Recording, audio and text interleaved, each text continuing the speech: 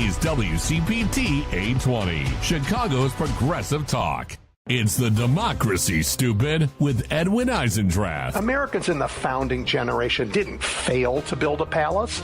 They chose not to build a palace. George Washington designed the Oval Office, well, its predecessor, so that hierarchies of rank weren't built into gatherings in the space.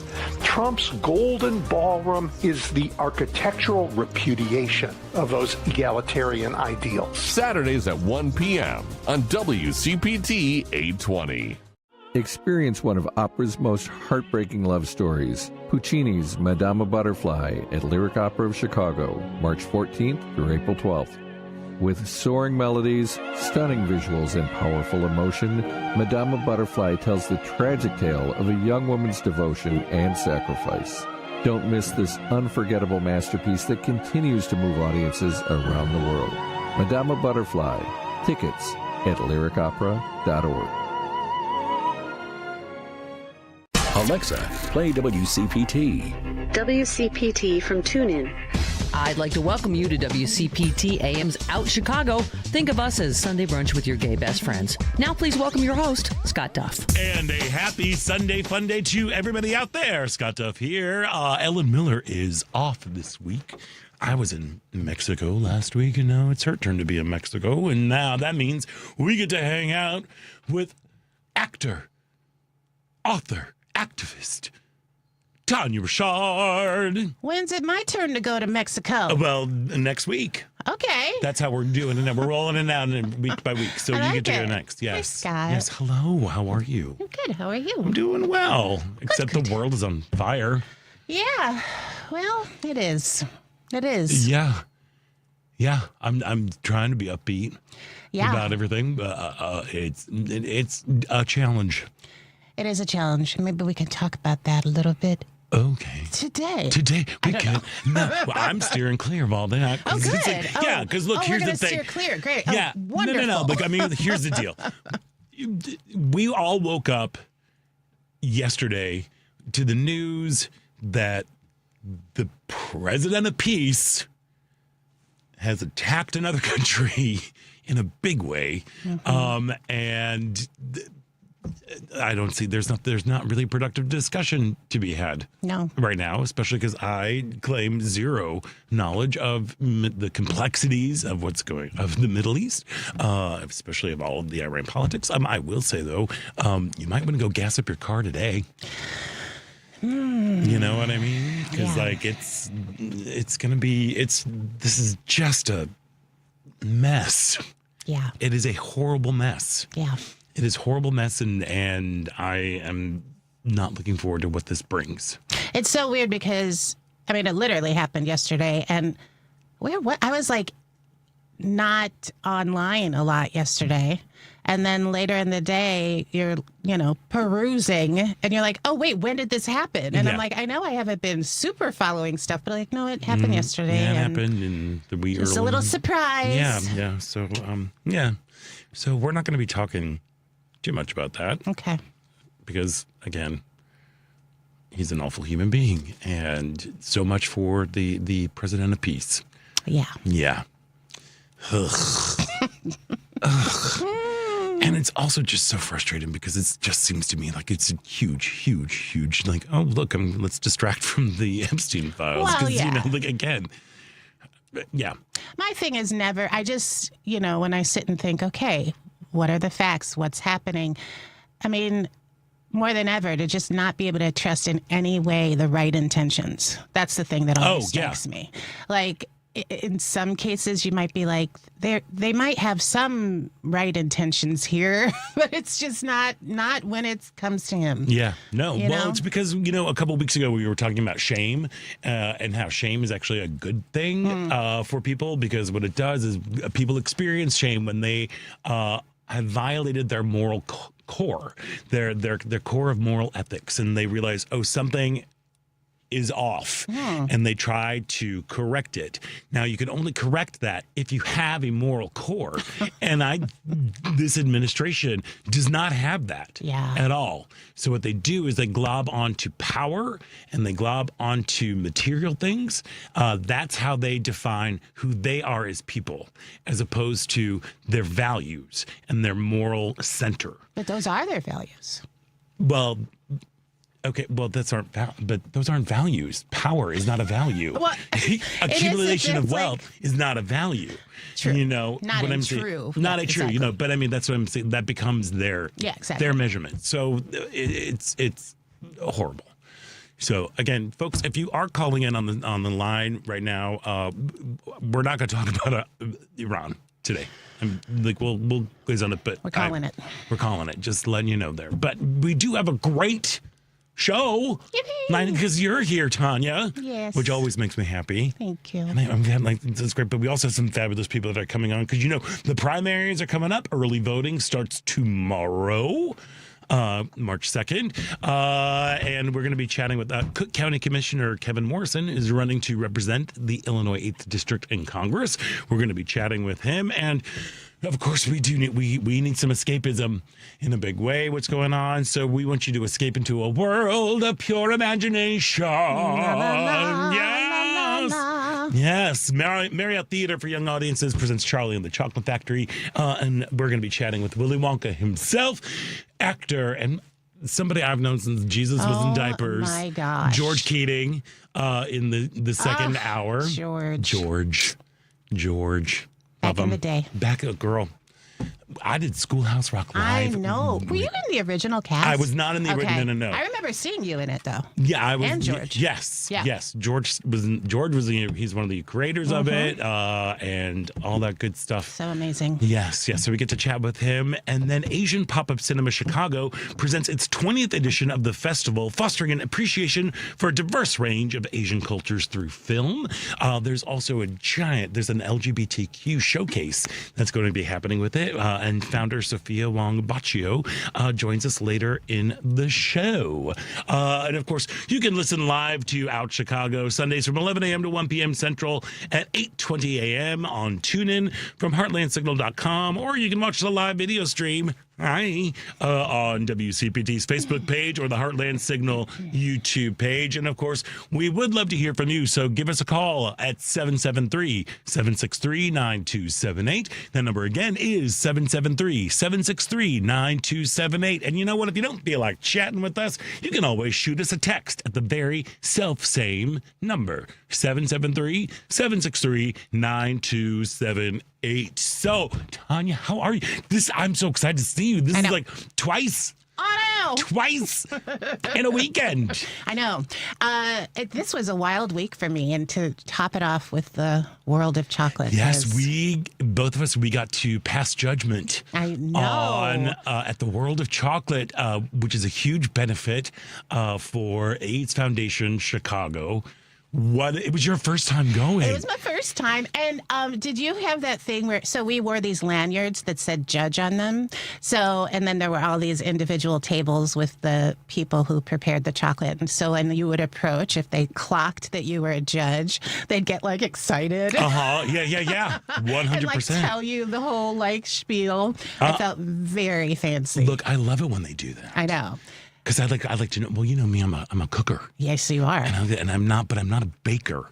And right. So I'm always like, how did you do this? What did you come up with? Did you chat? Yeah. Are you kidding me? Cool. I loved it. Yeah, it was really fun, and I took the advice. So there was 16 stations, and we had to taste all of the chocolates. You were on a mission too. Everybody acted like I was taking it really seriously. I don't know. You weren't. No, it wasn't that you were taking it seriously.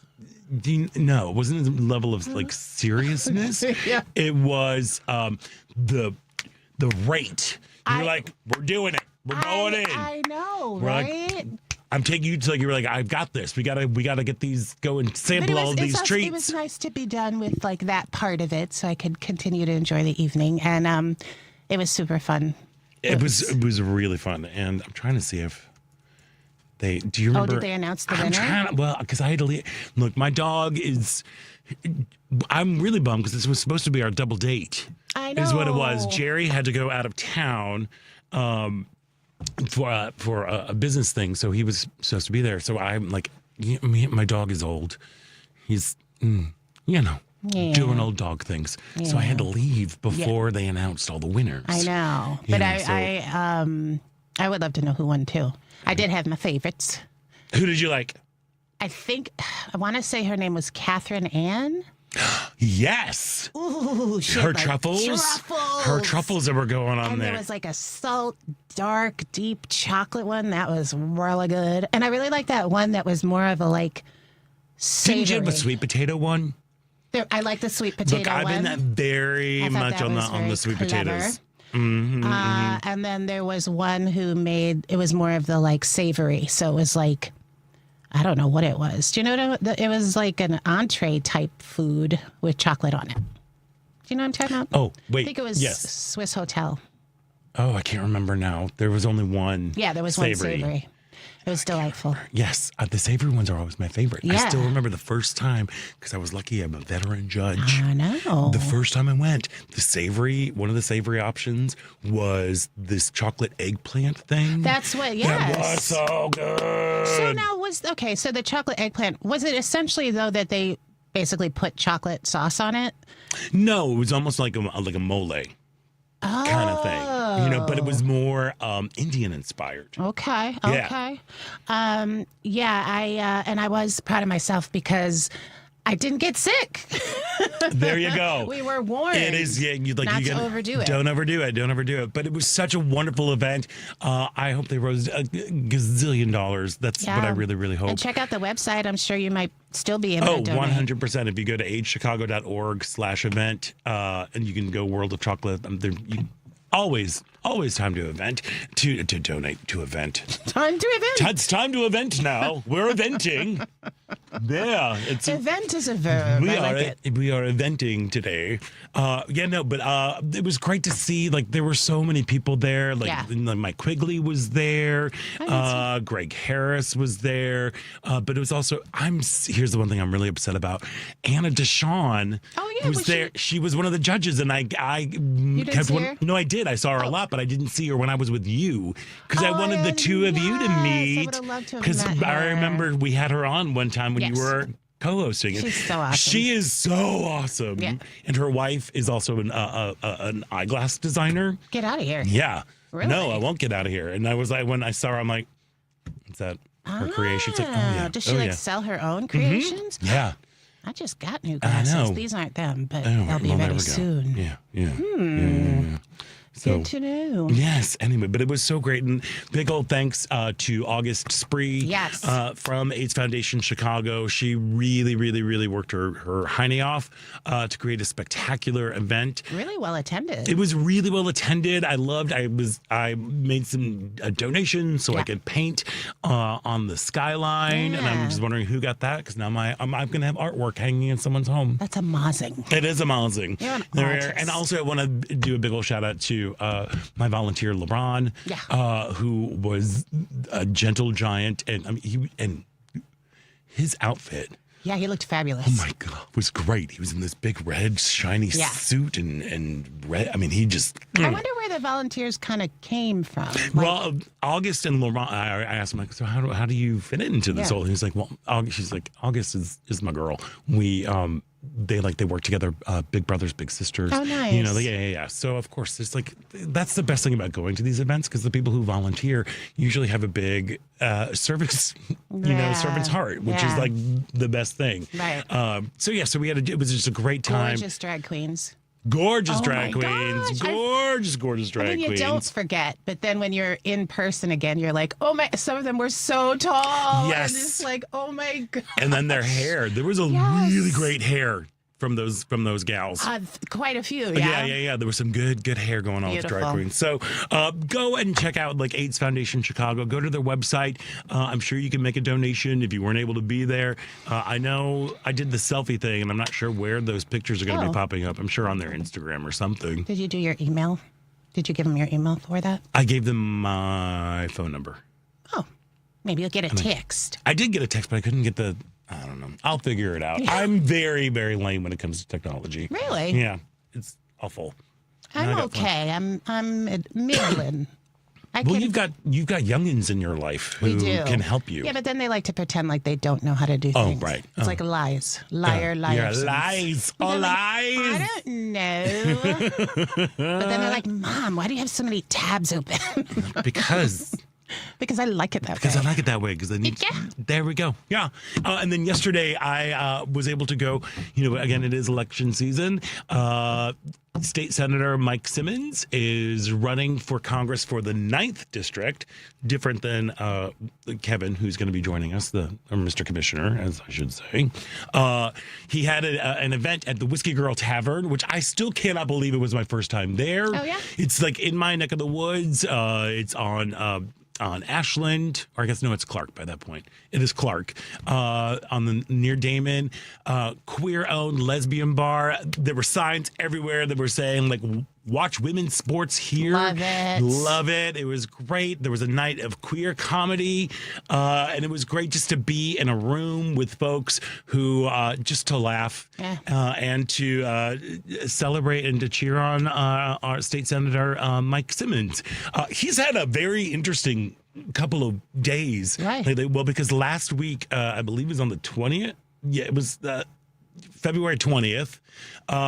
He was canvassing in Uptown, and somebody called the cops on him.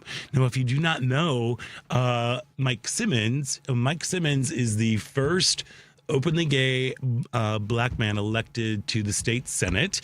He is of Ethiopian descent. He has the most beautiful dreadlocks that he wears in a loop style. And there you were seeing yes. it. Yeah, he's just great. What a smile, I know, too. he's got the best smile. Like, I adore him. I mean, he's somebody who was like, he was brought up in the district. He has been a tireless champion for all of his constituents here in the state, like for the state Senate.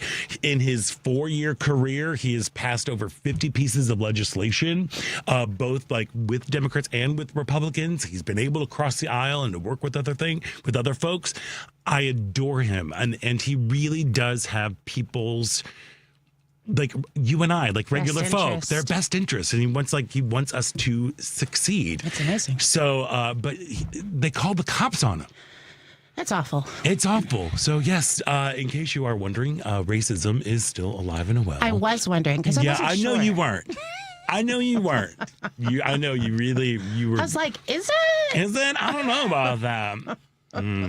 This might be a good time to talk about your memoir, Black Girl from a White Suburb, Finding My Light, Using My Voice. You did it. I did it without even looking at anything. And I didn't even say that you were a white girl from a black suburb, which is what I usually like to do.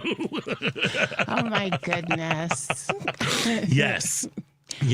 So, but it was great again, just to kind of, friends, we woke up to horrible news yesterday, Saturday, and the biggest thing that you can do to combat despair is action, is to do something, and it felt like doing something, going to support a candidate that I really love, going to support a small business that, again, queer-owned, lady-owned, like going into that sort of space. There was something just really, really wonderful about all of that. So again, if you are feeling a little wonky. Yeah, I love that. I love that.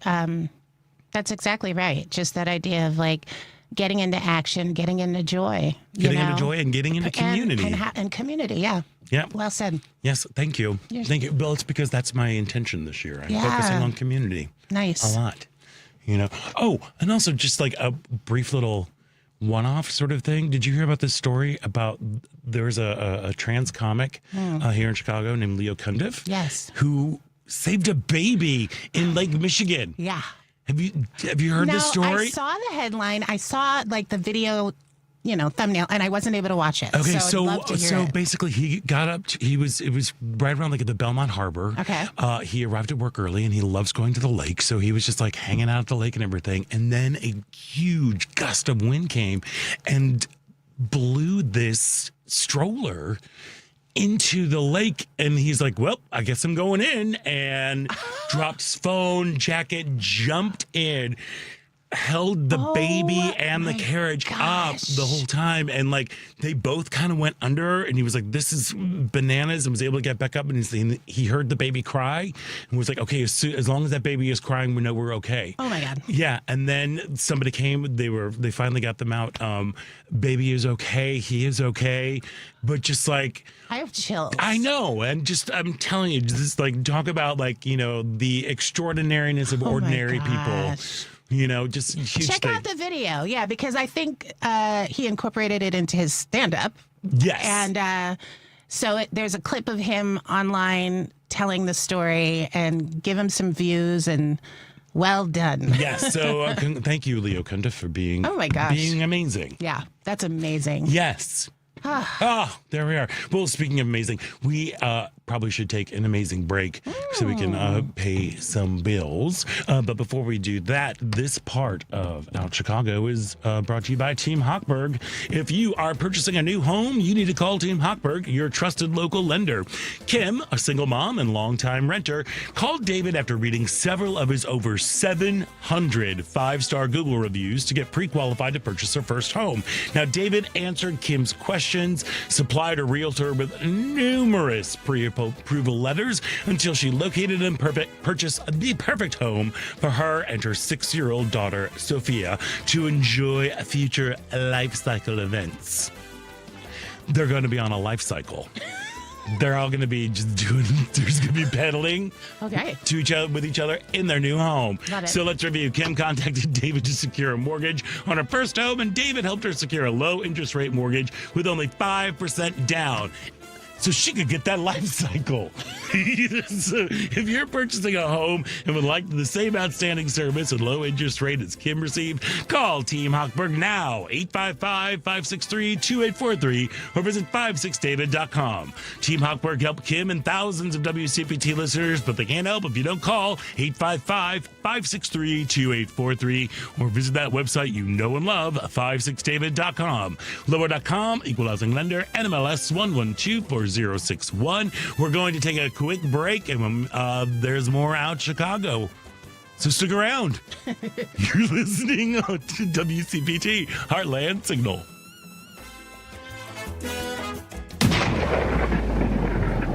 The Lightning Strike Radio Show. So in the Project 2025, you take a test for fealty and loyalty. Oh, you have to take it. Oh. They believe in a unitary executive theory for personnel in which everybody reports to the president. There's very little hierarchy, and it would be chaotic. And they all have to be loyal to him. So, and he can make any decision he wants. Okay, folks. Ich spreche ein bisschen Deutsch, circa 1933.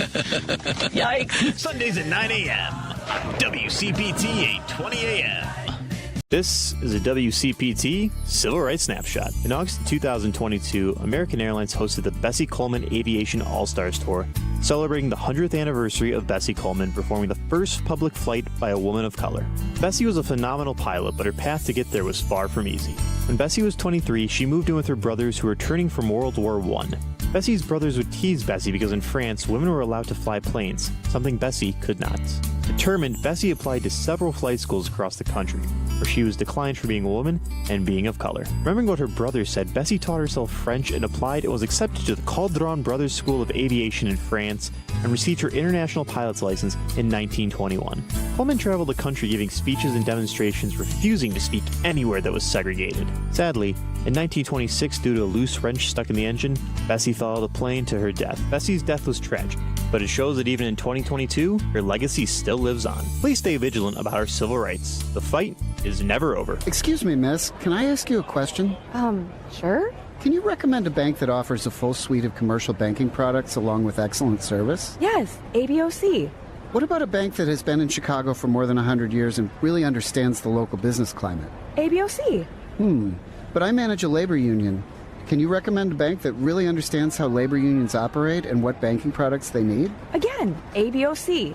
ABOC first opened its doors in downtown Chicago in 1922 and understands the local business climate better than anyone. ABOC was founded by labor unions and still has union employees and shareholders today, so they really understand how unions tick and how their needs may be different. But whether you're with a labor union or another type of business, whether you're large or small or something in between, ABOC will always make you feel like you're their most important customer. Visit ABOC.com to learn more. Wow, thank you, random person on the street. I'm going to visit ABOC.com today. Member FDIC. Chicago's Progressive Talk, WCPT 820, where facts matter.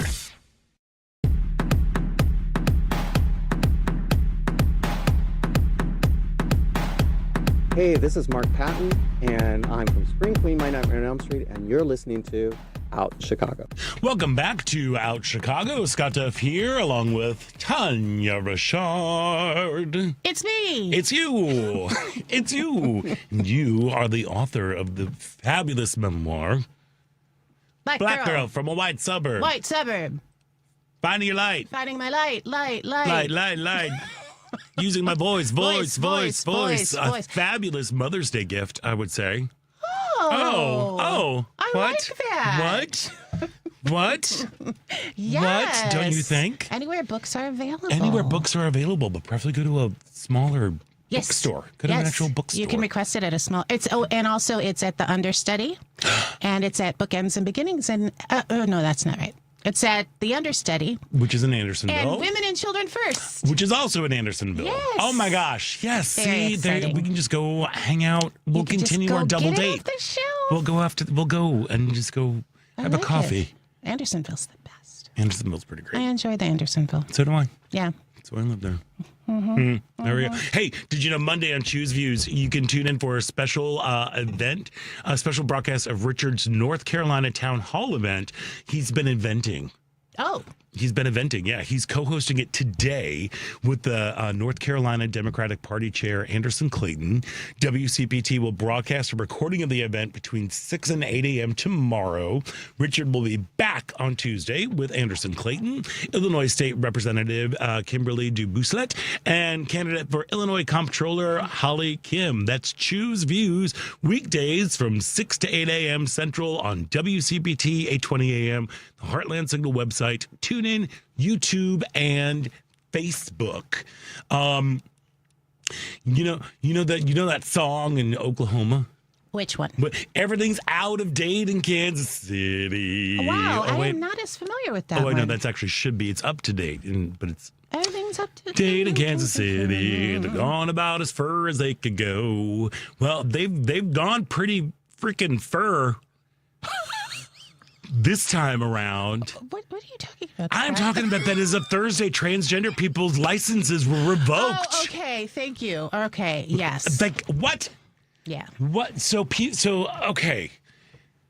This story is just bananas. And if you think it does not apply to you, buckle up, my brother, because if they are going to be able to take away 1,700 people's driver's license, revoke them like that, it's going to happen to you.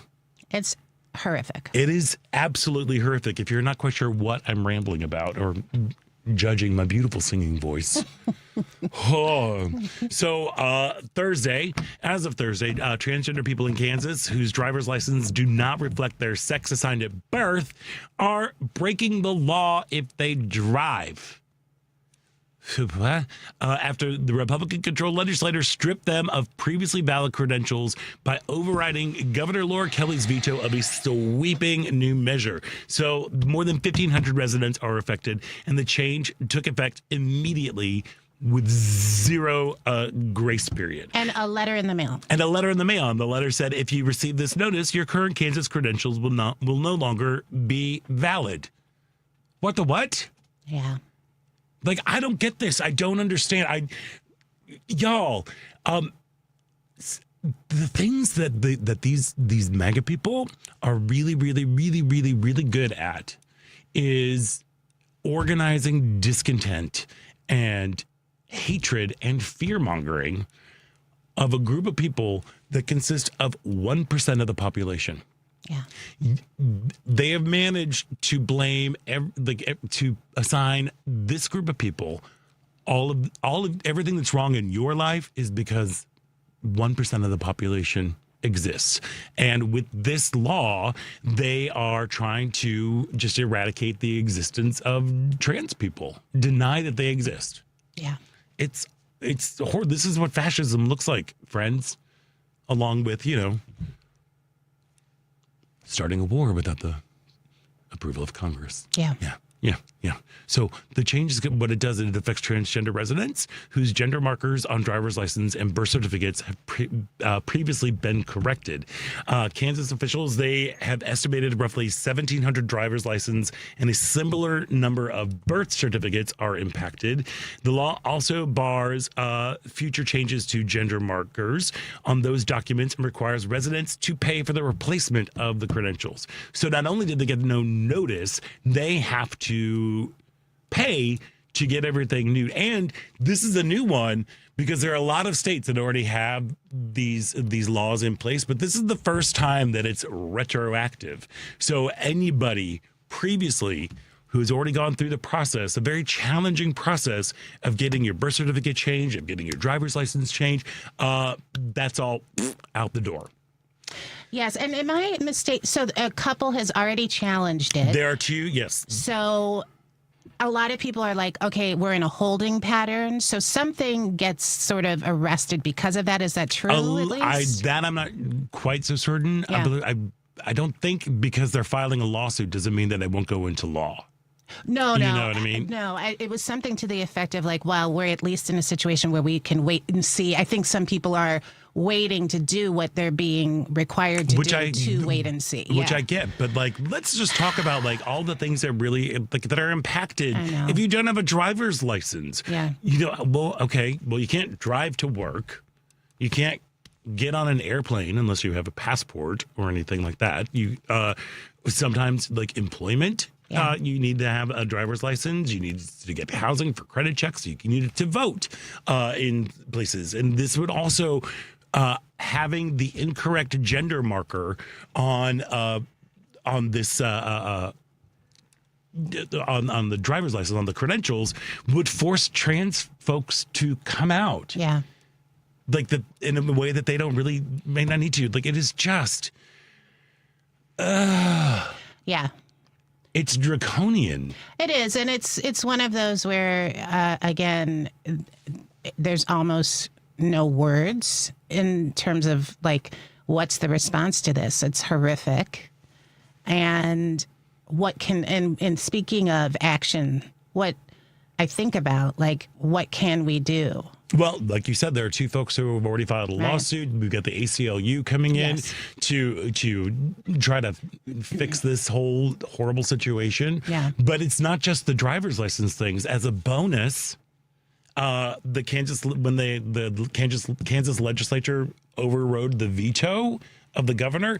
They also put into effect basically a bounty-style lawsuit for folks who believe that they have shared a bathroom with a transgender person, and they can sue for damages up to $1,000. Yeah. Okay, so I grew up in St. Louis, in suburban St. Louis. I still have some people that I went to high school with. For some reason, they're still my friends. There's a couple people who are just loud champions of, like trans rights, like we're allies. They're posting a lot on social medias, and I'm trying to limit my social media time in a big way. But then I saw like there's this one person who keeps comes at this. There's nothing more condescending to me than concerned Christian voice, and you can just that's the tone of everything that this person is writing, and I want to chime in, right? But I'm like, I don't see. Last time I saw you was like, at my 20th high school reunion. Right. You are not in my world. You are not going to listen to what I have to say, because we're not friends in that, Yeah. But she's like, well, it's really important for like medical procedures. I'm like, for emergency things. I'm like, what are you talking about? Yeah. Like, I don't think that like if you are in a car accident, the first thing that they're going to be going for is your wallet and your driver's license to see like what gender you are. You know how that? Cause she's like, it's about healthcare. It's about things. Lord, I hate that. I'm like, that's BS. It is total BS. It does not make any sense. Well, and it's I'm not necessarily an advocate for arguing on threads, Right. Yeah, but sometimes I wonder, like, if you put something real clear and succinct together that cannot be challenged, and then get off. Yeah, but what does that do? I mean, Because I don't know. Maybe. Oh, I know why. Because other people will see it. Who cares necessarily what it does to her? And it might shift it if the way it's constructed.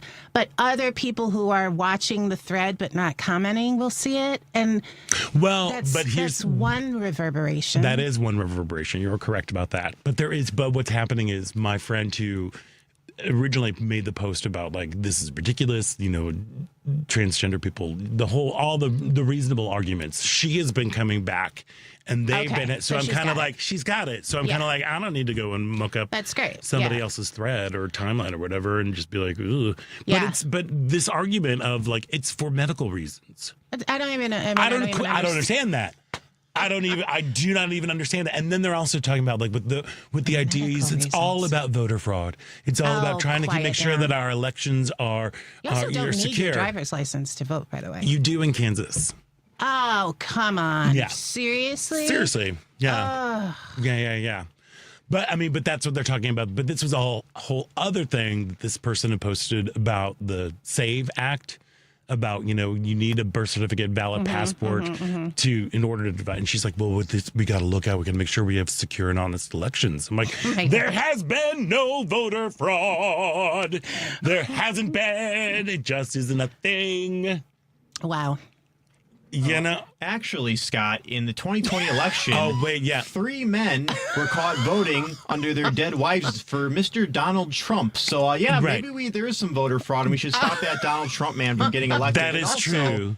Elon Musk is currently being hit with subpoenas for tampering with voting booths in Georgia. So, Scott, there might be voter fraud, but not in the way that the media or our president likes to tell us. That is true. All right. Thank you. Thank you for that, Devin, coming in with the cold, hard facts. I just hate Republican hypocrisy. It's so frustrating. I'm going to swear if I keep talking. I know, it's your right? show. It's really hard for me to not swear. I keep telling you, when are we going to get my little beeper button? I want a beeper button. Oh. Well, no, I want that. I want something that just like totally just boop, boop, out so I can just swear. Yeah, let's make it because it is man. really hard not to swear right now with all of the madness that is going on. I know. And then again, they are. There's so much going on right now. There's all ties into this too, like with the whole new Warner Brothers merger, the Ellison people that are coming in there and like making a state-sanctioned sort of like communication thing. Again, transgender people make up 1% of the population, and they put in so much money in the last election cycle with anti-trans ads saying that they are coming for you, they're coming for your kids, and they're hanging out in bathrooms, and that's all they want to do, and they're going to turn everybody trans. Like, they spent so much money, and it worked. It worked. For, again, this is 1% of the population. The entire population of the state of Kansas. I don't know what that is, but there are 1,700 people that this affects. I'm sure that is a mere fraction of the population of Kansas, and yet they're wasting time, resources. It's very unserious and very unnecessary. But you're so right too. I mean, it's the Elie Wiesel, poem. First they come for me, then they'll come for you, which is not the poem. So look the poem up. That was But anybody who thinks that they're protected, it's like, it starts in this like what appears to be smaller percentage, right? But it's going to spread out, and you're not even going to necessarily think about what part of your identity they're going to figure out they can go after. Yep, they're just going to be coming at you. Anyway, we need to take a break because we have people who are wanting to make a change in our country, and we are going to be having Cook County Commissioner Kevin Morrison on because he is vying to represent the Illinois 8th District in Congress. So please stick around. You are listening to Out Chicago right here on WCPT Heartland Signal.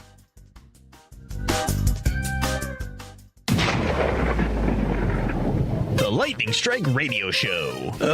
McDonald's now, they have taken away one of my favorite items. So far, I haven't seen the ice cream cone at 50 cents at McDonald's this year. What's up, John?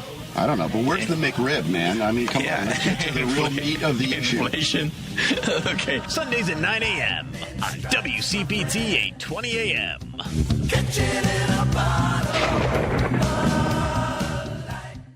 If you're looking to refinance a home after a divorce, you need to call Team Hochberg, your trusted local lender. Today, meet Lori, 50, social worker, score 650, income 90 G's a year. Call to refinance her mentally abusive ex-husband off the mortgage and title of their marital home per the divorce decree. Team Hochberg loan officer Anna Webdell helped Lori remove her ex-husband from the mortgage and title of the home, pay off debt totaling over $60,000, which included her attorney's fees, and saved her over $1,000 a month. Let's review. Team Hochberg loan officer Anna Webdell helped Lori remove her mentally abusive ex-husband from the mortgage and deed of the marital home, pay off all her debt, attorney's bills, and saved her over $1,000 a month. Team Hochberg has helped thousands of radio listeners, but we can't help if you don't call 855-563-2843 or visit 56david.com. Atlantic Coast Mortgage, Equal Housing Lender, NMLS 643114. Gardening season is just around the corner. Get a jump start on your garden with quality burpee seeds at Menards. Choose from over 400 varieties of flower, vegetable, and herb seeds on sale now. It's the perfect time to plant seeds indoors and have them ready for spring. Start your garden off right and save big money on burpee seeds. Plus, check out our weekly flyer on Menards.com for all the great deals happening now. Save big money at Menards. This is WCPT telling you how you can shop blue. Let's see if we can shop blue and slay by looking at clothing brands that support the Democratic Party. Nike. Now, yes, Nike's co-founder is very Republican. However, the other 83% of the company supports the Democratic Party. $894,000 in 2024. Dior. Now, Dior does not give to politics, but some of their employees do, and 84% of their donations went to Democrats in 2024. Adidas also does not give to politics, but a lot of their employees do, as 97% of their employees' donations went to Democrats.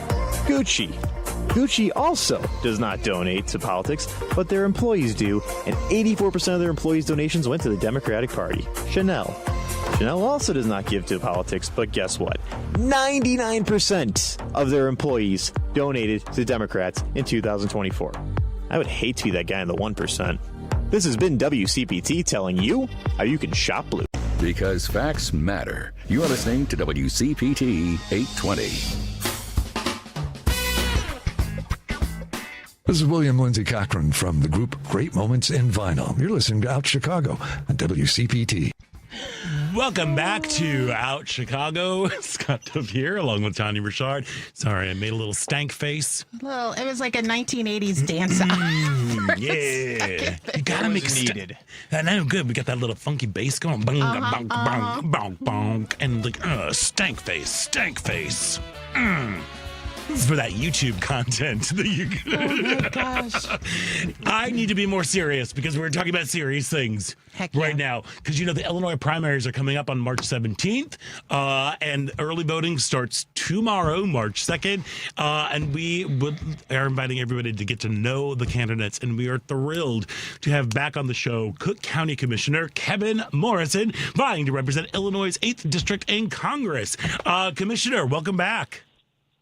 Thank you so much for having me. Glad to be back. Thank you so much. Look, it's been a hot second since we've had you on the show. And we know, time is ticking. We've got 17 days right now for everybody to sell their message. I'm asking you the question that I believe I asked earlier, but I'm asking it again just to remind all of our listeners, why are you running? I am running because right now our electorate feels like they don't have federal leaders that actually understand the issues that are most important to them, nor are fighting for them. And we have a messaging problem in our party, and I want to be that leader that returns the hope in our electorate that their federal officials are actually fighting for them every single day. Cool. So how would you change that message? Like, what about the messaging of the Democrats right now that you finding like, it's not really hitting me? I mean, Hey, I often go to the fact that, during these immigration raids, when that first judge was arrested, why did we not have Congress members showing up, demonstrating, and joining protesters? We need Congress members who show up when it matters, who are going to hold the Trump administration to account, and who are going to show up in their communities, meeting with everyday residents and hearing the issues most important to them. Yeah, well, I love that. So as you've been on the campaign trail, what issues do mean the most to the folks in Illinois 8th? Yeah, well, I will say when I'm talking with Democratic primary voters, they want the Trump administration gone. Yes. But of course... Yes. Oh my God. Every door I knock, I tell you. But I mean, people are frustrated with this administration, but also they are seeing their prices rise everywhere, from food to everyday goods to housing. And it is key parts of this administration's policies that are seeing costs continue to rise for all of us. So affordability is number one. I mean, I guess after getting rid of this ding-dong administration.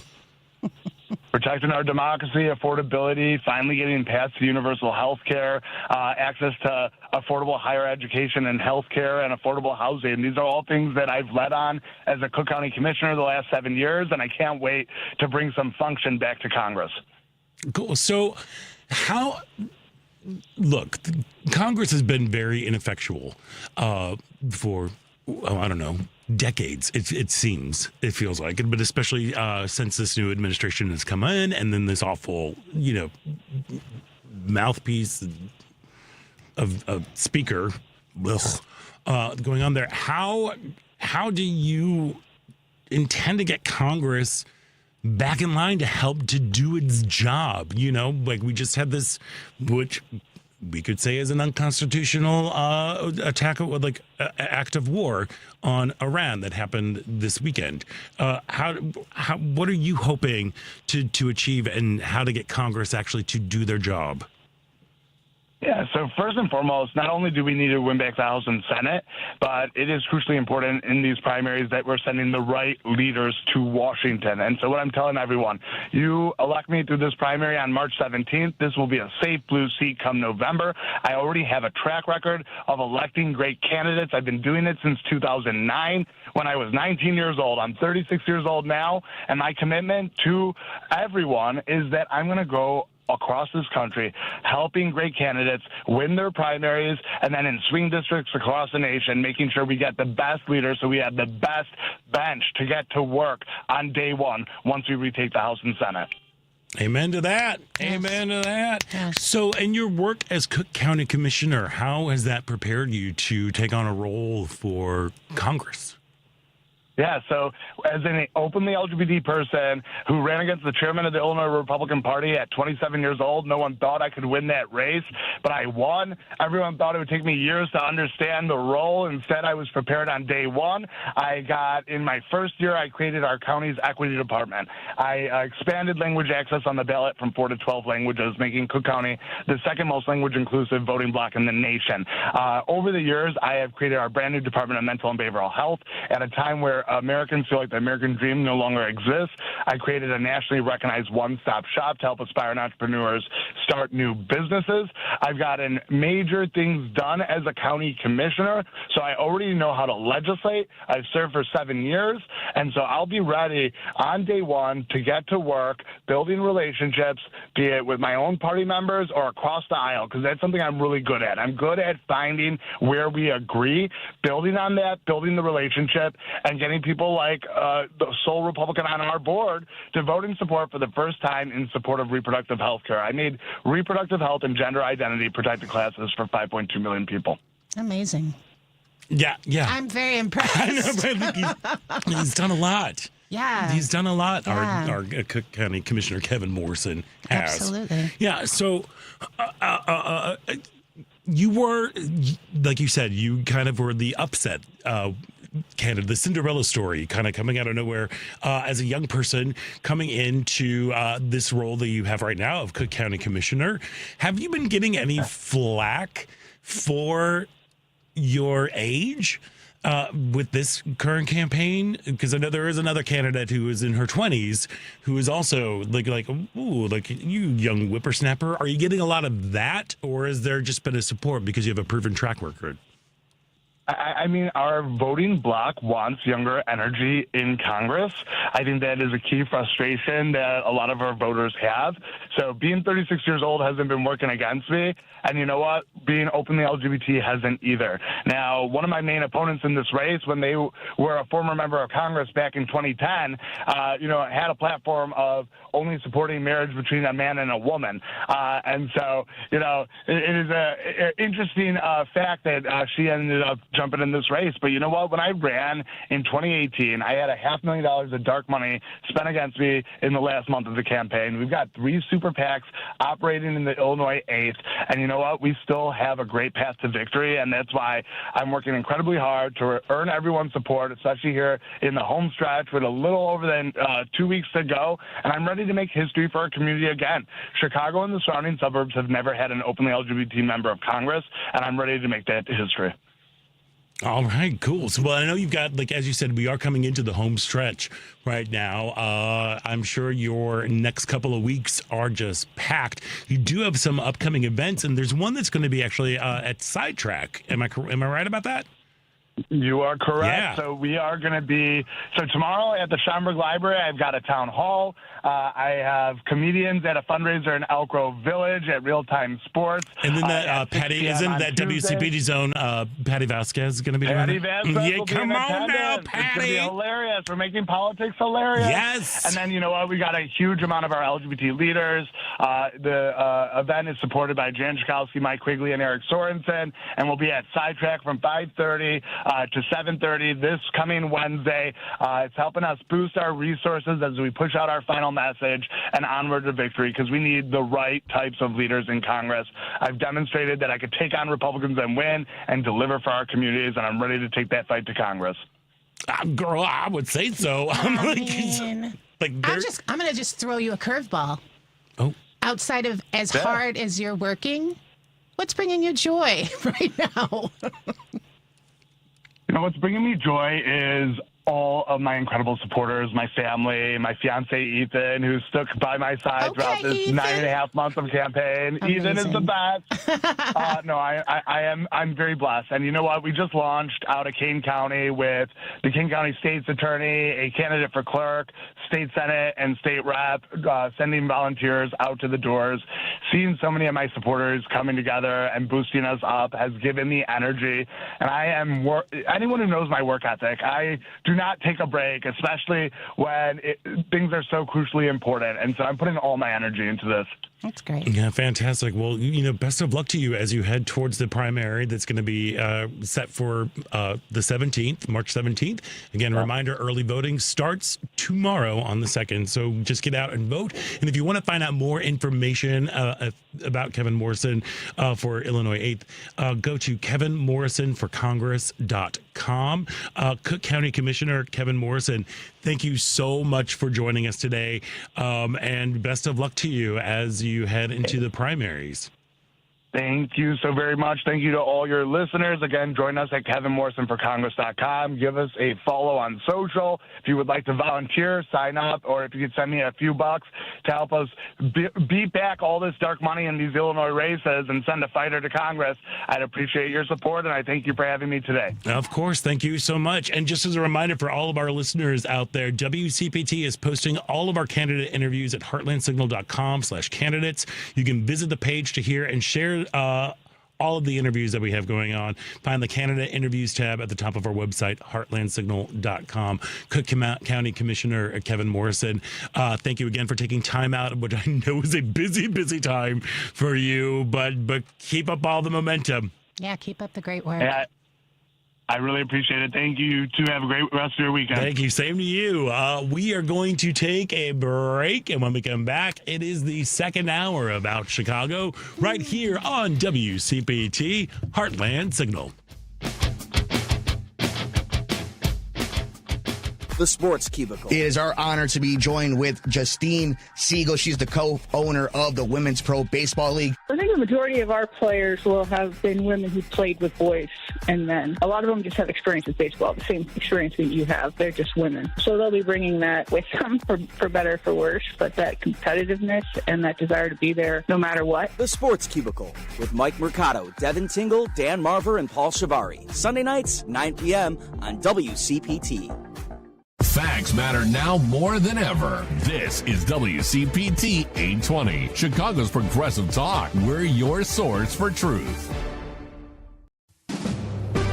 NBC News Radio, I'm Lisa Carton. The Pentagon is reporting that 3 U.S. service members have been killed and 5 others have been seriously injured as part of Operation Epic Fury, the joint Israel combat operation against Iran. A statement from U.S. Central Command says that several sustained minor shrapnel injuries and concussions and are in the process of being returned to duty. The statement said that the identities of the service members will be withheld until 24 hours after their families have been notified. It's day 2 of the U.S.-Israeli strikes against Iran. Iranian media confirmed the death of 86-year-old Ayatollah Khamenei, who died in a targeted airstrike in Tehran along with other top leaders on Saturday. Iran's foreign minister told reporters today the regime will select a new supreme leader in the coming days. Meanwhile, Israel remains under a state of emergency as attacks continue in Iran. 10 people have been killed in Israel. 8 died when an Iranian missile hit a town near Jerusalem today. U.S. Ambassador Mike Waltz says overnight strikes on Iran were meant to ensure the Iranian regime cannot threaten the world with a nuclear weapon. Speaking at an emergency meeting of the United Nations Security Council, Waltz defended Operation Epic Fury. Its refusal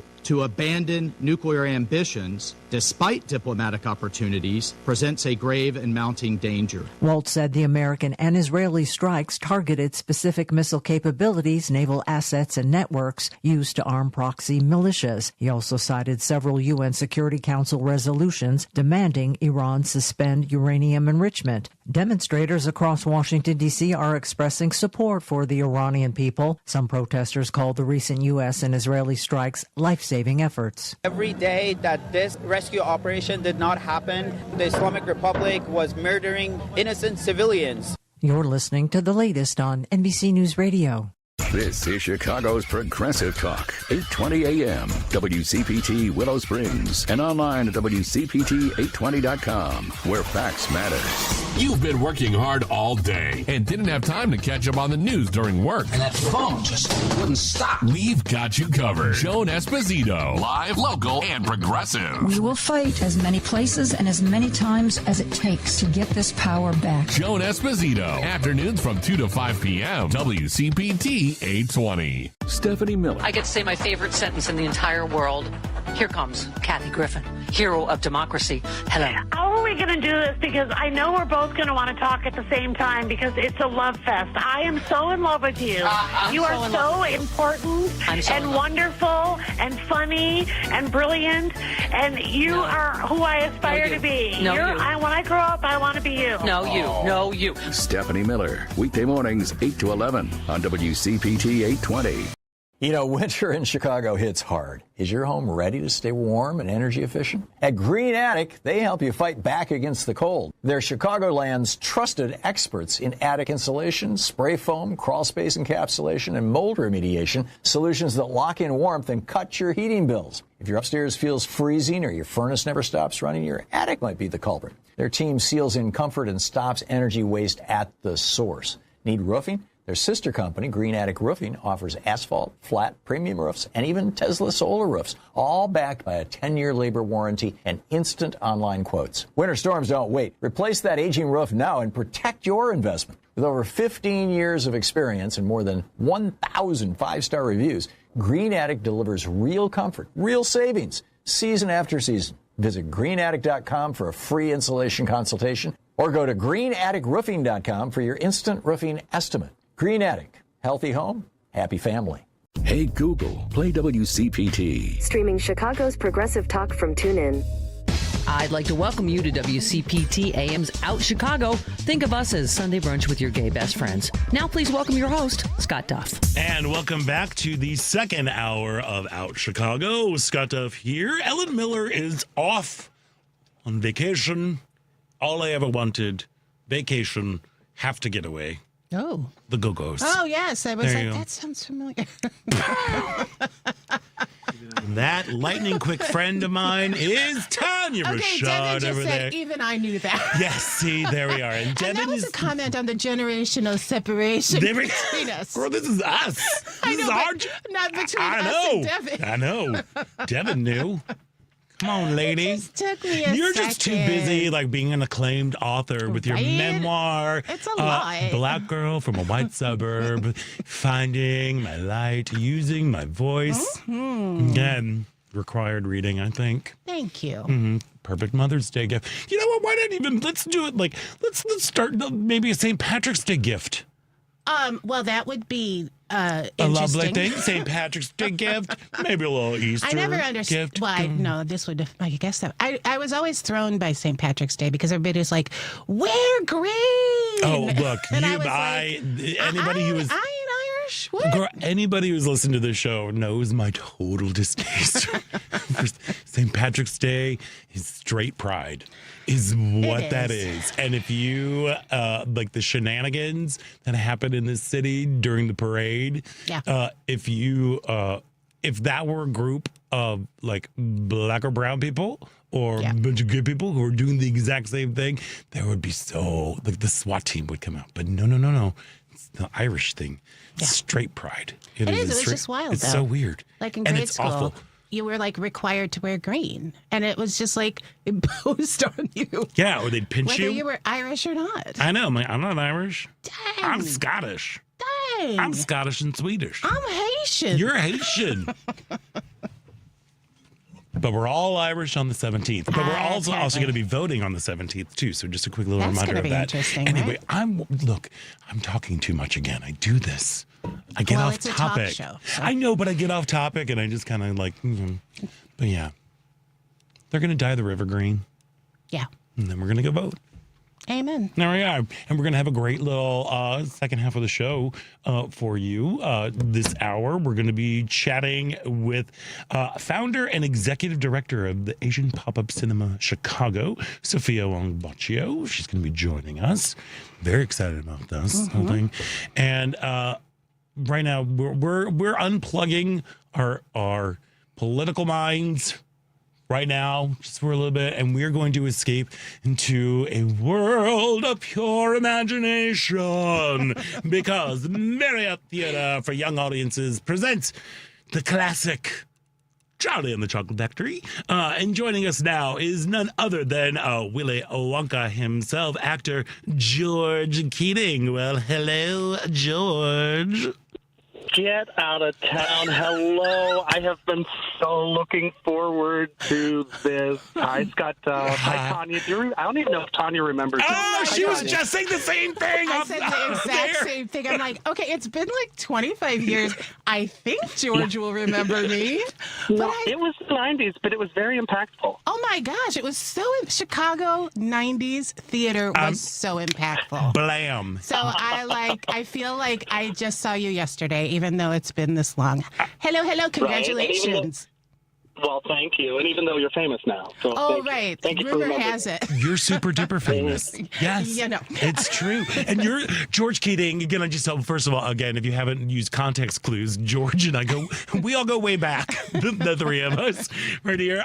When I got the press release and I saw that you were Willy Wonka, I was like, yes. Good casting. Like, great casting. How has the show been going?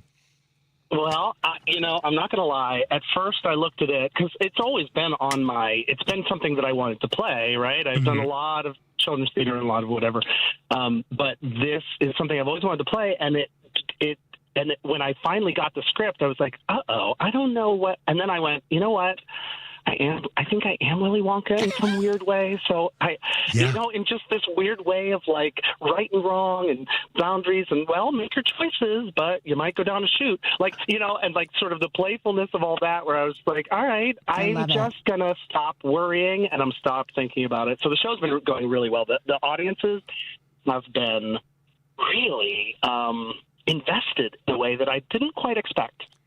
So that's been really fun. Is this like the kid version of the one that was on Broadway, or is this a different? Yeah. It is. Oh, cool. Indeed, yeah. This is the one. This is Mark Shaman wrote the additional music, but it has some of the original from Leslie Bricusse. This is the one that was started in the West End, was on Broadway, and then it was chopped up as they do and made into a TYA version, and that's what we're doing. And awesome. But I have to tell you, what we all discovered is it's still an enormous Broadway show. Yeah, It's still enormous, and everybody got into it and went, ooh. Ooh, and we got to do this at 10 o'clock in the morning. Like ooh, not kid version in sense of it being less than, but just like I know that they'll cut up the Broadway script a little bit so it's a little bit more, time-wise or whatever. Yeah. Thank you. So that it fits into a good, it's 70 minutes in this case, and it really, it does cook along. And frankly, I think there are a number of things that I've come to in this setting where it benefits by some of the trimming in some ways. They always do. Thank you. Oh, yes, you are a writer. You do know, don't you? Well, come on now. Gotta make sure. I'm an actor. I also have to edit. So. Right. Yes. There you go. So, what was your first introduction to Charlie and the Chocolate Factory? Was it the book or was it the Gene Wilder movie? It was Gene Wilder, and strangely, I was an avid reader. Like, I was a voracious reader as a child. I mean, I read so much, but for some reason, Roald Dahl had eluded me until that movie. So Gene Wilder was my introduction. Yeah. And thank goodness. Right? That movie has made such an indelible impact on me. Sure. It also scared the crap out of me too. Right. Well, and that's what I've discovered about these audiences is that, and this is something I've always known, and this is one of the many reasons I love doing children's theater, is that they really do enjoy being scared. Yeah. They just need some, and people are always like, oh, we have to soften this. I was like, yes, we have to play to the audience, but they want to be scared. Aww. They want to have consequences. And so our director, Amber Mack, was leaning into it. She was like, they really like the danger, George. Don't be afraid to not push it, but to play it, How did you, having this indelible performance in your mind, approach the character? What did you sort of do to start from the ground up? Yeah, I had to start with the words that they'd actually put on the page, right? Because it isn't the movie, so I had to start there and looking at who that person was, and wasn't clicking with who that person was, quite honestly. And so we were able to, I did not, interestingly, because Scott, like you, I think this movie just plays in my mind at all times, sort of, for the last however many years. So I did not go back and watch it again. And I actually didn't, I've seen all the other ones, but I didn't watch any of that. Not because I don't. Sometimes I like doing that. But this time it really was about doing the same old text analysis that you do, the same old breakdown, the same old, okay, what is the script saying that I want, and now what is my perspective on that? Yeah. And so that's how I approached it. And then at the very end, when I was freaking out, went, oh, you know what, George, actually, you know who this is. I love that. That's it's so great. And it's also just so daunting, too, to take something that is just such an indelible part of, at least of our childhood. I don't know if, the younger generations are watching the Gene Wilder version. But this version that's now Marriott Theatre for young audiences, the version of Charlie and the Chocolate Factory, now it still have, some of the good old classics in there, too. Like I Got a Golden Ticket, The Candyman, World of Pure Imagination. Question. Is Cheer Up Charlie in that? No. Oh, it's good. the best song, isn't it? No. Oh, you don't like it? No. That's the one part of the movie that every time, why is she doing laundry with a spoon? I get so mad. She's got a vat of laundry. She's just cooking it over there. And then I hear... It's recreating the cycle. I guess so, but all I hear is I hear, Cheer Up, Char, and they go fast forward. Every time. I'm sorry. This is how I feel about it. Her hair is awful, too, in the movie. But that's just me being a petty gay man. That's Listen, I fully support it. I'm not going to drag you for that. I can totally understand. Yes. So there are additional songs you were saying by Mark Shaman, who people might know from Hairspray. Yes? Yep. I made that right. Yeah, okay, good. See, I do know theater. Is there like a certain moment on the show that you're just like, that you love just playing around with? Oh, I'm just starting. Well, I think. Well, I'm going to say this. I improvise a lot as well. So that was sort of granted. Yeah, that was. It was. No. Yeah, I know. Can you imagine? I know. No. Thank you. Does it take you back to Schoolhouse Rocky? Yes, 100%. Best time of my life. On stage. Scott and I on stage together just making stuff up. So I'm still making stuff up. I think it's why they asked me. It's part of what they thought might be good for this role. It's part of Willy Wonka. I mean, he's like the ultimate improviser. You know what I mean? Like, hey, here we go. He will and you until you slide down a chute. That's right. And because the nature of the show is like I said, it was bigger than they kind of expected it to be. Something always goes wrong in live theater. That's just part of it. But in this show, things really have kind of fallen apart before our eyes at certain points during previews, that sort of thing. And thank goodness I was, So thank goodness I was locked into this ability to just be like, this is what's happening, and now I'm going to accept this and find a way to move on. And so those have become my favorite moments of not just with the audience, but another thing that I love about doing TYA is that the audiences are the most honest you will come across, right? They are there to believe, but they also are like, nope, don't buy it, right? So you've really got to be invested in a way. And for their reactions sometimes to be able to incorporate that and then continue driving the show, having taken that on board. Those are really my favorite moments. The things that only happen, and you can't expect them like you can in a different kind of night show. You never know how they're going to respond. So those are my my favorite moments, I think. So George, moments with other actors. Thanks to the Facebook, I know that you have really been doing this theater thing since the 90s, right? Like, so many of us who are in this creative field, we try on the different hats and we, go away for a while, come back. But if I'm not mistaken, you really have been doing this consistently all the way throughout. Is that right? That is true, Tania. I mean, there was a thing that happened in 2020, which made us all wonder. What was right? that? So I'm not sure. Let's like we're taking off our political view. Let's take that view out of it as well. Yeah. But just for me, it was. I'll just be real. That was damaging in so many levels. But I tried some other things during that, meaning tried to lean into, because I also teach. I teach acting. I teach, I run a program at Northwestern, that kind of thing. So I tried to lean into that. Like, maybe this is my career now. And that was the only time in my career, the only time when I really went, well, maybe this isn't what I'm going to do, were those couple of years. Yeah. But yes, I have been doing it. I have been doing it all this time. And, it's amazing. Why, thank you. I do ask myself all the time, do I still want to? Yeah. Or when my first show after the pandemic, I did ask myself, okay, let's find out if I can still do this, right? And the answer keeps coming back, yes, and it's what I want to do, and it's where I want to be. But my perspective on it, Tania and Scott, has changed so much in terms of it. It used to be something that, because it was my income, frankly, I needed to do in a different kind of way. Yeah. And now it's something that every time I get to do something since the pandemic, I am choosing to do it. I get to do it. I'm not being defined by it. I don't need it to.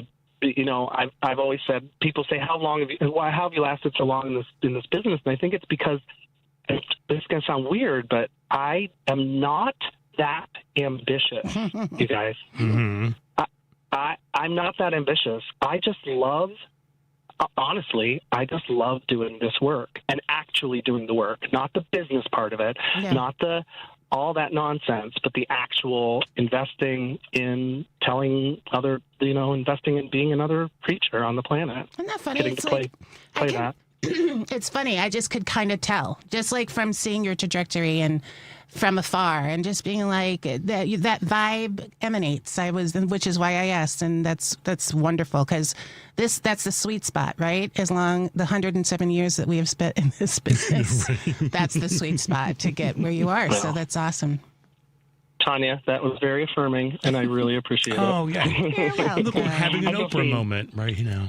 I feel seen. I'm sorry to bring you down. We're supposed to be laughing, right? No. I mean, I think look, that's the reality of this, the business we call show. Yeah. It can wear you down a little bit. And if you don't have the right perspective of enjoying the work and enjoying the opportunities, then why do it? I think that works with everything, but especially with, doing a show, especially, you've got to, with Marriott Theatre for young audiences, with the production of Charlie and the Chocolate Factory, I mean, they're early morning shows. Yeah. It's hard to, and George Keating, I've adored your voice for decades now. Like I just want you to sing to me all the time, and it's like just to hear. Just to actually like the actual work, it's hard. Yes. Especially doing that. And especially, when you as an adult actor are able to do all these like improvs or, shifts, you are also working with a lot of younger actors. What is that experience like with this show, with Charlie and the Chocolate Factory? Yeah, I mean, are you talking? Well, my mind went to two places. One, the younger actors, meaning like the people who we were when we were in our 20s. Right? Oh, there's that. Yeah, there's that. But we do have a lot of youth performers, which is what they're called now. And I want to just say they're children. Can we stop? They're children. Yes, they're not youth performers. They're kids. No, they're 12. Youth performers. Yeah. They are children. They're children. They're kids. And it does not actually respect them to pretend that they're anything other than children. Yeah. We can, right? Because then we're not seeing them. And so that is something. I've worked with a lot of children. I've done a ton. I don't know how many Olivers I've done. I don't know how many, so many shows where children have been in it. And I love working with children. And also it is a specific, engaging with children is on stage is different than engaging with an adult. Yeah. And of course, every actor is different. I will say this. I have to shout out to the young man who plays Charlie. His name is Kai, and I did a show with him. Actually, it was the show that we got kicked out of the theater for the pandemic. And so yeah, I know. It was at the Paramount and whatever. We were in this show together, and he was like a child, like I don't know how old. And now here I come and meet him in this production, and he has grown into hold the phone, y'all.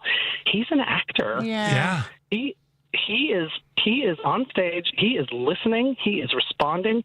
He improvises. He goes with what I give him, and I am so delighted to play with this young man. And all the other kids are great. It's just that Charlie is my main. Yeah. Kai, who plays Charlie, is my main connection in the show. Obviously, I mean, the show's called Charlie and the Chocolate Factory. I mean, right? Exactly. These kids are they are so talented. I mean, talk about voices. They're really incredible, and they show up and they do it every day, and it's kind of remarkable. Yeah. But they are children. They're not professionals. They're children. Yeah. Well, they can be children and they can still be professionals. I will say that. But I don't know. Oh, yeah. But I really don't know that that's true. Oh, okay. I think they're doing a job. Yes. Oh, there you go. It does them a disservice to be like, oh, you're a professional, so act like a professional. Though they don't have they are still developing. Yeah. They need guidance. They need to be told what to do, and for their safety. Yeah. It's a dangerous environment. Yeah. So sorry, I didn't mean to get all. No.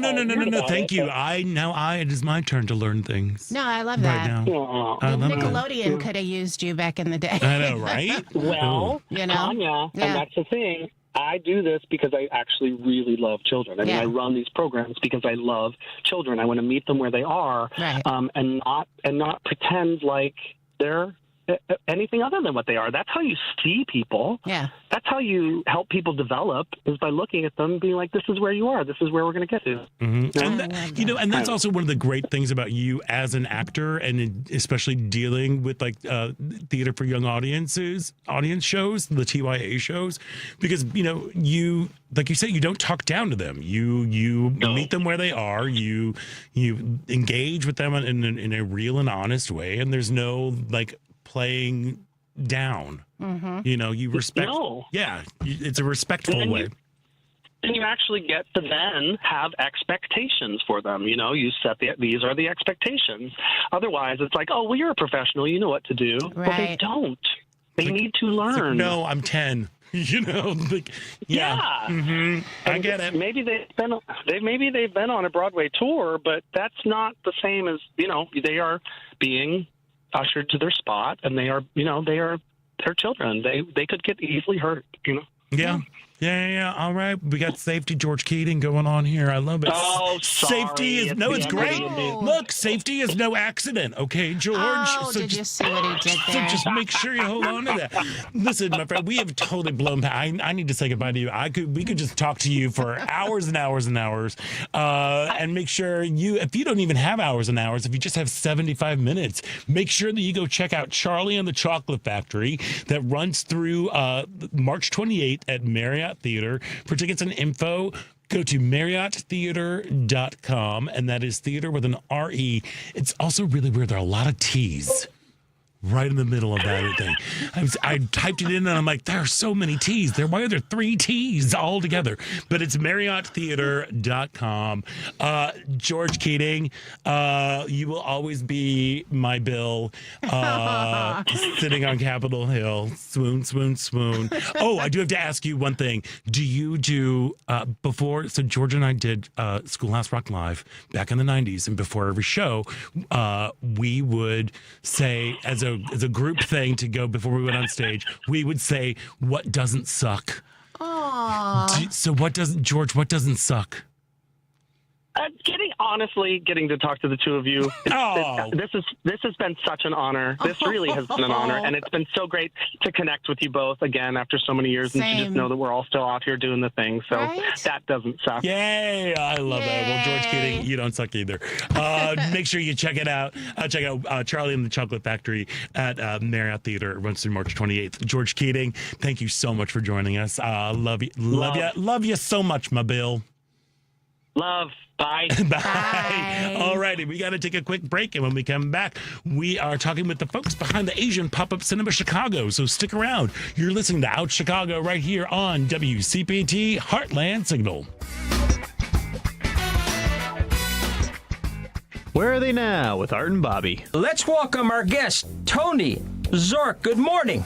Welcome to our show. Bobby, good morning. So I eat one meal a day now. Let me ask you, do the kids say, Dad, what are you doing to us? They just blow me off. I mean, my daughters are 20, 18, and 15, so I am the stupidest person on the earth. Tune into Where Are They Now, Saturdays at 10 a.m. on WCPT 820 a.m.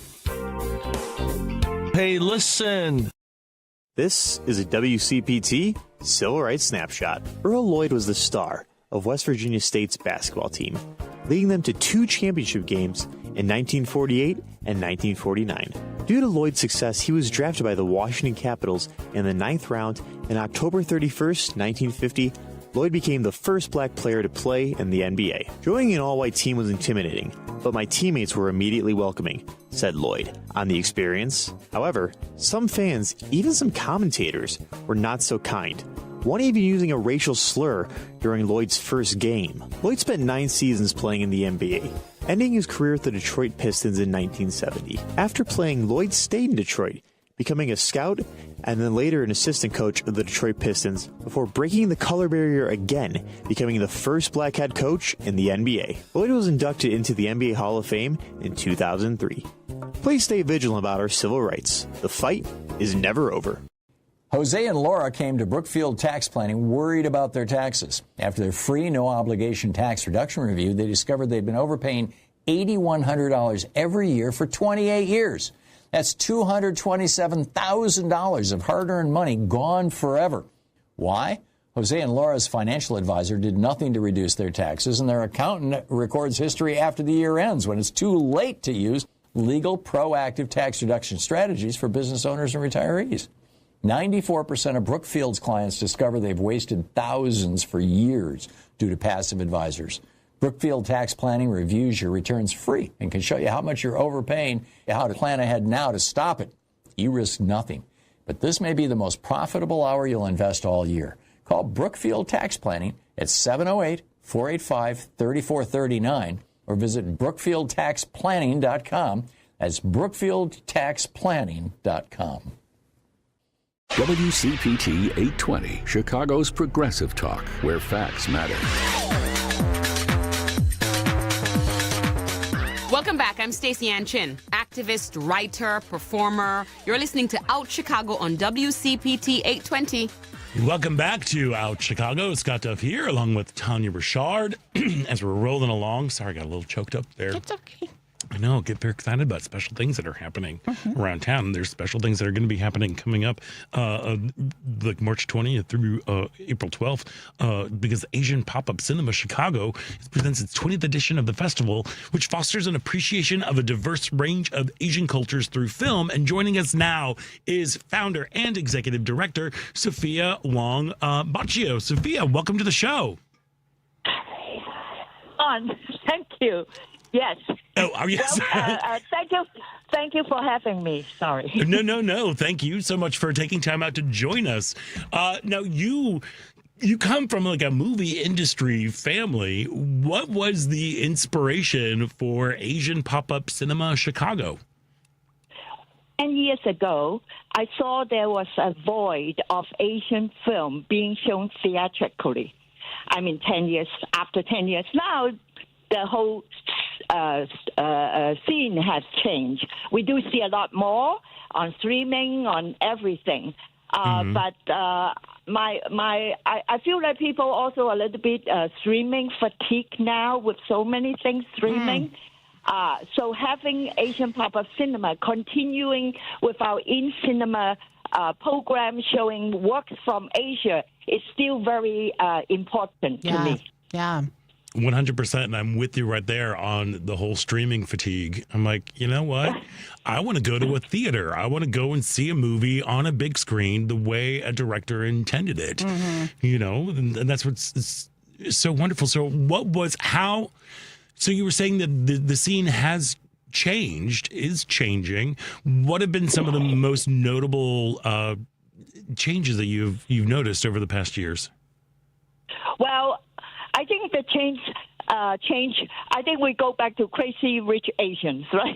So that all of a sudden, all the Asian American actors are back on the big screen. That's the number one big change. And then after that, gradually we're seeing more. We're also seeing a lot more Asian film being recognized in the International Film Festival, the big one. At the Cannes, at the Berlin, at the Venice Film Festival, and not to forget Parasite, this South Korean film, blow off everybody, including our Oscar. Yes. So they pick up so many awards. So and okay, we are still streaming fatigue, but the Squid Game was pretty crazy on the TV. Oh, yes. Yes, it became between Squid Games and Parasite. And actually then Awkwafina, what was the movie she was in with the grandmother who was sick? I can't think of it. That's a wonderful film. That's another wonderful one. I'll look it up. Well, Tania, get on that. Research department going on. No, but between Squid Games and Parasite, and also like all of his work, like Snowpiercer, and I just became like, I'm obsessed with South Korean cinema. So what is going to be? What are some of the festival showcases and that is coming up for the Asian Pop-Up Cinema Chicago, which is going to be running here from March 20th through April 12th? Well, we are now, one thing really I changed, I'm not going for quantity. I'm going for quality. Yes, thank you. Bigger means anything. Showing very unique films, one-of-a-kind film that probably never got noticed. It's my goal. And so this time we're showing about 33 feature lengths and 16 shorts. And the feature length films are coming from mainland China, from Taiwan, from Hong Kong, Japan, South Korea, Thailand, Malaysia, Vietnam, Cambodia, and I even show a very beautiful animation made by a French-Belgium director, but talking about a very young girl growing up in Japan and her bond with the nanny that took care of her when she was 3-4 years old. So it's a lovely childhood memory. That's and wonderful. This time I also, oh, sorry, can I continue? Yes, please. I'm so excited to got on your station to talk something. And we also include quite a very significant LGBTQ plus films. They are coming from Singapore, Japan, and South Korea and Thailand. And they are very good movies. They are all very, covering the common humanities, whatever your choices are, all this movie will strike, will move you. You know, they're talking, and it's so wonderfully acted. So 3 out of them, 1 North American premiere and 2 U.S. premiere. So I think I'm doing a pretty good job about picking the film. I would say so. And I also just want to say thank you for going for quality over quantity. Because look, I've gone to my share of film festivals, and some of it I'm like, what? Really? So I love the fact that you are thoughtfully curating this festival to really, showcase the best of Asian cinema. How would you say, what is it about the power of film and the power of cinema that is able to, pull back the curtain on a different experience or on a certain experience for folks? I really think the story has to be really matters to all of us. You cannot make up things. Okay, and the story is the soul of a good movie, in my opinion. And then the actors need to deliver, able to portray the characters that they are believable, and the people will buy it to see it. Okay, he's making me cry, he's making me laugh, all because of his acting and deliver the message, the whole vision that the director wants to portray. So I really look for good stories. I look for something that when I read the story, I'm touched already at least 10-20%, then I go see the film. And if the story is so-so, but if the actors are very good or the director is very, very seasoned, I have good, good body of works that show me that he can deliver something powerful, then I will go give it a chance. Like you go to the film festival, they have hundreds of films. What am I going to do? I only have 3 or 4 days there. Right. I'm already sometimes seeing 7 films a day. At the end of the day, I'm losing track of what I see sometimes. So it's no good. I need to see it systematically. I try to pick up the films that have the directors on in person, making a presentation and sharing a talk afterwards, because that's also important for me to choose whether I want to bring him to Chicago. It's not that they are no good, but sometimes some people are very good with their creative work. You see it, you got it. But they are a little bit quiet about talking about themselves. And especially you come to a foreign country, speaking through a translator, it's even important that he's a little bit more able to, conveying his inspiration, his way of doing things, through a translator, So there's a lot of things I have to consider before I put a film up. I love that because then it's a full experience. You're seeing the film, and then we're not sort of taking for granted the panel afterwards, but there's like something even substantial there where you can really learn from the experience, and that inspires the people who watch the movie. So I love that because it's true. A lot of the time it's just kind of like icing, and nobody really takes seriously that part of the event. You know what can come from that.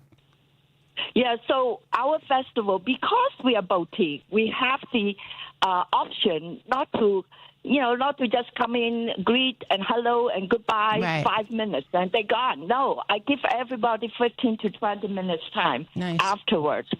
So it is a nice. Sometimes it's a little bit hard for our audience because the Asian films tend to be a little bit long. Mm-hmm. They are 2 hours, 30 minutes average, and then you have to stay for another 20 minutes. So some of our guests, they are rushed, they have to go out, dinner or something. So it's a little bit challenging. But I feel that really hardcore people, or if they're really interested to understand more about the film, and taking advantage of having them here. Yes. I mean, some of the for example, a Hong Kong person who's born in Hong Kong, even if he lives in Hong Kong, he does not see those directors all the time. Yeah. I give them a chance to bring them here and give them the stage to talk to them. So I really think people should take advantage of it.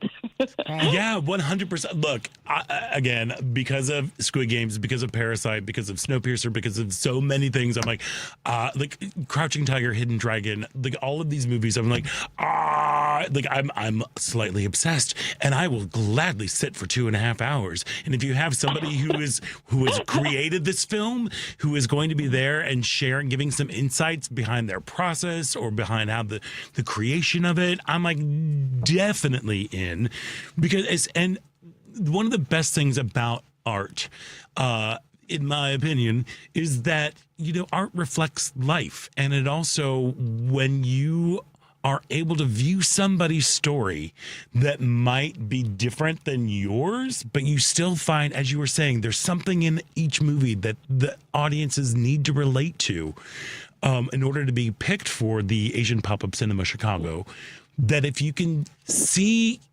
understand the character, that is how you create empathy, and that is how you create change in our world. And it's there, and only art can do that, I think, at times. Exactly. I just feel that we all have a book on top of our head, discovering our life and what we want to do, visions and dreams and everything. But everybody is a little bit different. But at the end, we are all living under one sky. Yeah. Yeah. One heaven.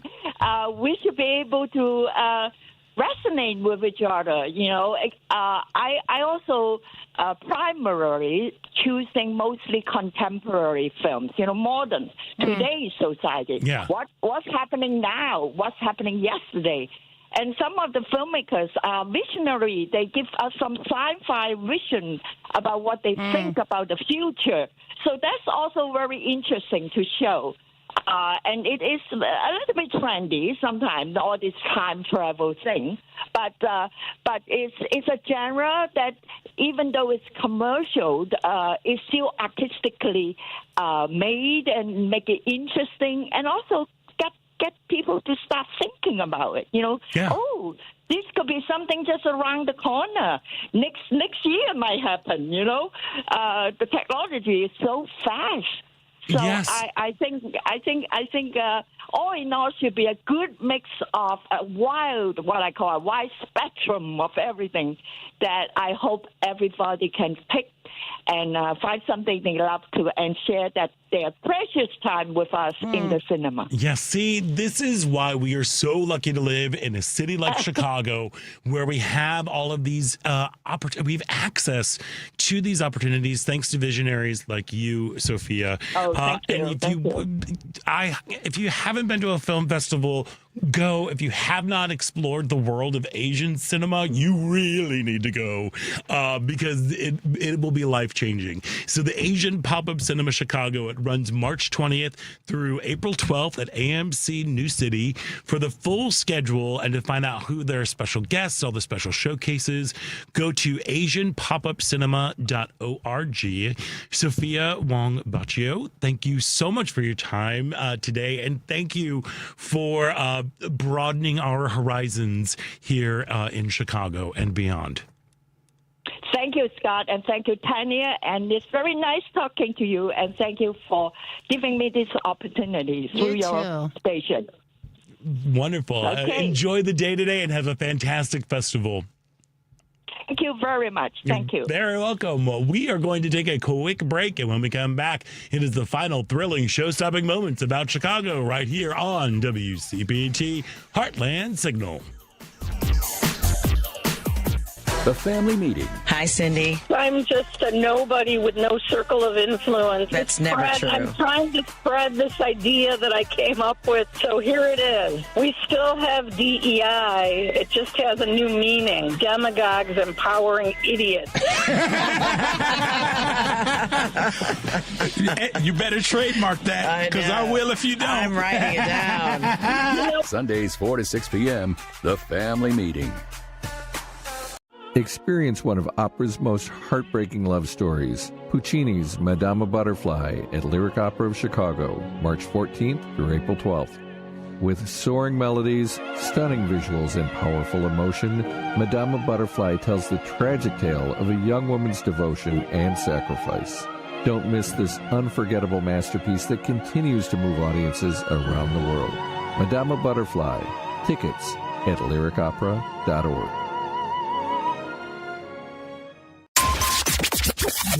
WCPT replay. I worked all day updating my office on what's going on with ICE agents.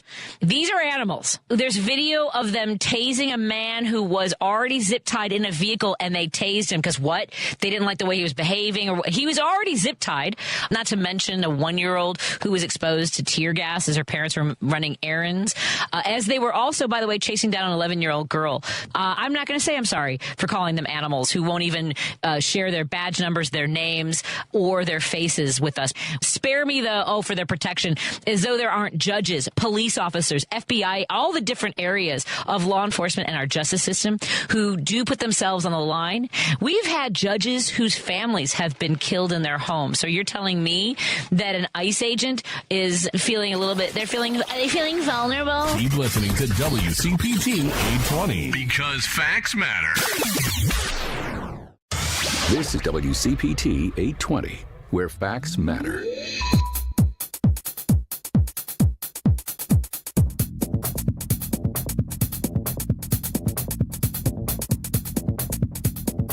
I'm proud to be out Chicago, and you should be proud to be listening to Out Chicago on Chicago's Progressive Talk.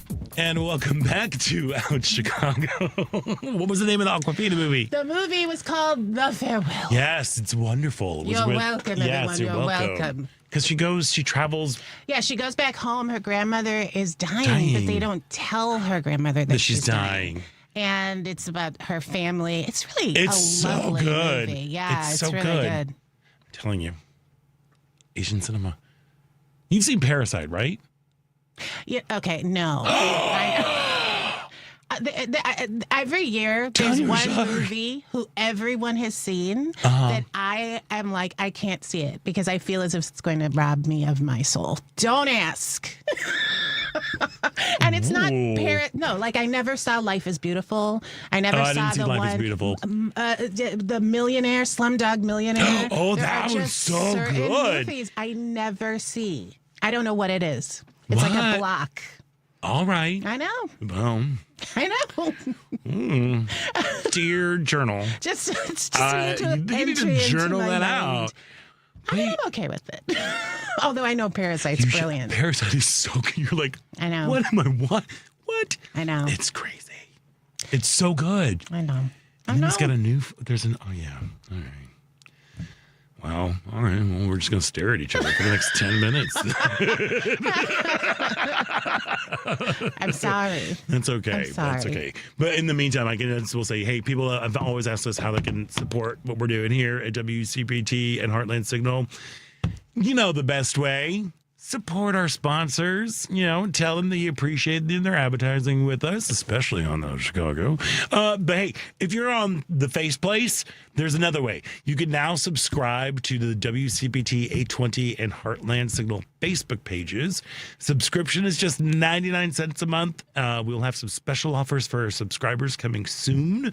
So you can visit us, WCPT 820, Chicago's Progressive Talk, and Heartland Signal on Facebook. And hit that subscribe button because, Hit it. Hit it. Hit it. Yep. Hit it. Hit it. What was that other movie, though, that was with Stephen Young from... I'll look it up. But it's something, it's like Morani. That was really good, too. Yes, and it's about the plant. There's like a weed that grows... I don't know nothing about that. That the mother... Did you see... Well, did you see... Minari, yeah. I don't remember a plant being involved. That was what the grandmother would go and she would like harvest it, and they would, because it was about a group of people who moved to Arkansas and they started up a farm, and they're like, what? This is very different from where we're from. Okay, I don't remember that, but I did remember enjoying it enjoying Stephen Yeun. He's a wonderful actor. So good. Yeah, he's so good. So good. And then we have Hudson Williams, who is half Asian. What? I don't know what that is. From Heated Rivalry. Oh. And him and the girl on Bridgerton. Everybody wants a romantic comedy between them. Okay. So, yeah, that's it. Stop looking at me. No, I'm just kind of confused. Like, you would bring up Heated Rivalry again. Because we're talking about Asian film and Asian performers, and he's half Asian. Oh, God. Okay. Whatever. What? It was relevant. That is tolerable. It's tolerable. It's tolerable. And if you can't keep up with me. But didn't Aquafina, because we were, if you just missed, you also can download the podcast wherever you get your podcasts about Chicago, because we also have like full shows and featured interviews. And Sophia Wong Boccio was just talking about how like the big kind of change was with Crazy Rich Asians. Yeah. Now, Aquafina came under a lot of attack for her performance.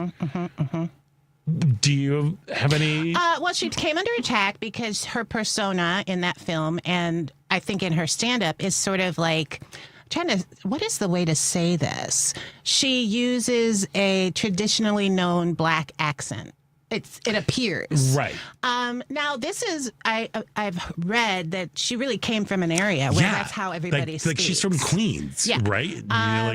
And so, but here's the thing, and that's just very much about like when you have these limited opportunities to see like people who do things differently than the default or the status quo, it's like easy to look at that and be like, that's offensive, as opposed to, no, that's just where she's from. Yeah. I think because she can turn it on and off, it could be a fair criticism, because it's not like she's always like that. But I don't know, in that particular role, there were some people who had an issue with it because she really leaned into it in that performance. Yeah, well, I think it might be a comedy crutch. Exactly. You know what I mean? And that's when that's what I mean by if you can turn it on and off, then you can't really argue. Well, that's not but true. But it also worked for the character. Switching. It worked for the character. It worked for the character. It's a complicated issue. And this is what happens. We can't answer some of these questions sometimes because it's a one and done. Right. Like we haven't had any opportunity to talk about that again because we haven't seen it again, Yeah. And even though there has been more Asian films, you'd expect with the box office of Crazy Rich Asians for there to be way more of a boon. And there wasn't. So, Well, I mean, from American filmmakers, but again, I think South Korea is really hitting it out of the park lately in terms of their films.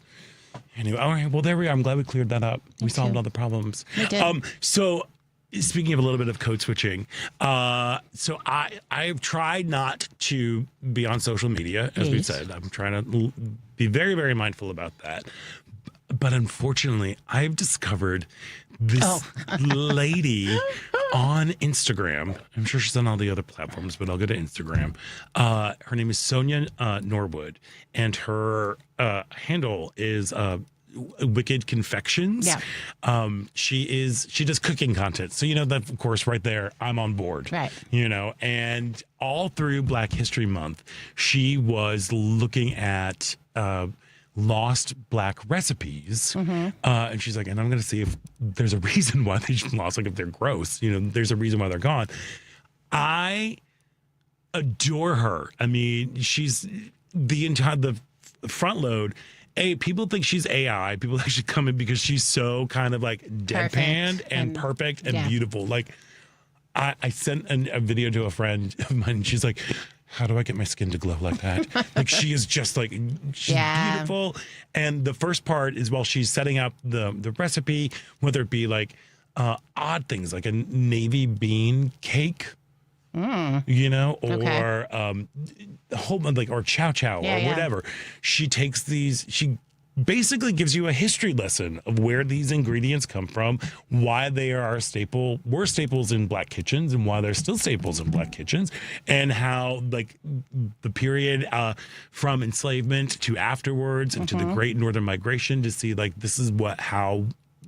That's awesome. Yeah, it is just phenomenal, and I highly. But she was also talking about how she has to do a little code switching, for a broader audience. So the first part is very like, here are the facts. Here's the thing. She's very, very pretty. She's got very great nails. She's always in an outfit. The outfits, so good. And then she'll like, make her thing. And then when it's time to taste, then she's like, if she's kept you that long, she drops I love it. The thing. And I'm not that I'm endorsing being on social media. Well, more but if than there's you. something But that you should, enjoy. But let me tell you, like, if you enjoy cooking and if you want to learn something, like, just the Black History Month clips alone are worth the price of admission, right? Which is free on your phone. But it's also stealing your soul. I may have misspoken earlier when I said traditional Black. I either said stereotypical Black accent or traditional. I meant stereotypical. Typical, because there's no tradition. There is no traditional Black accent. Because we're different people. We ain't no monolith. No. You know? I do know, I because just you are used like 3 different accents. You in did, that and sentence. one of them was kind of Haitian. It was a little bit. A little bit, a little Putian. And then I think a Oompa Loompa came in there as well. You're welcome. You again. are a rich tapestry. Thank you. Gosh, we're running out of time. But we wanted to talk about America's Next Top Model. You promised. I know, I'm sorry. So there's a great docuseries out right now on Netflix called Reality Check, Behind the Scenes of America's Next Top Model.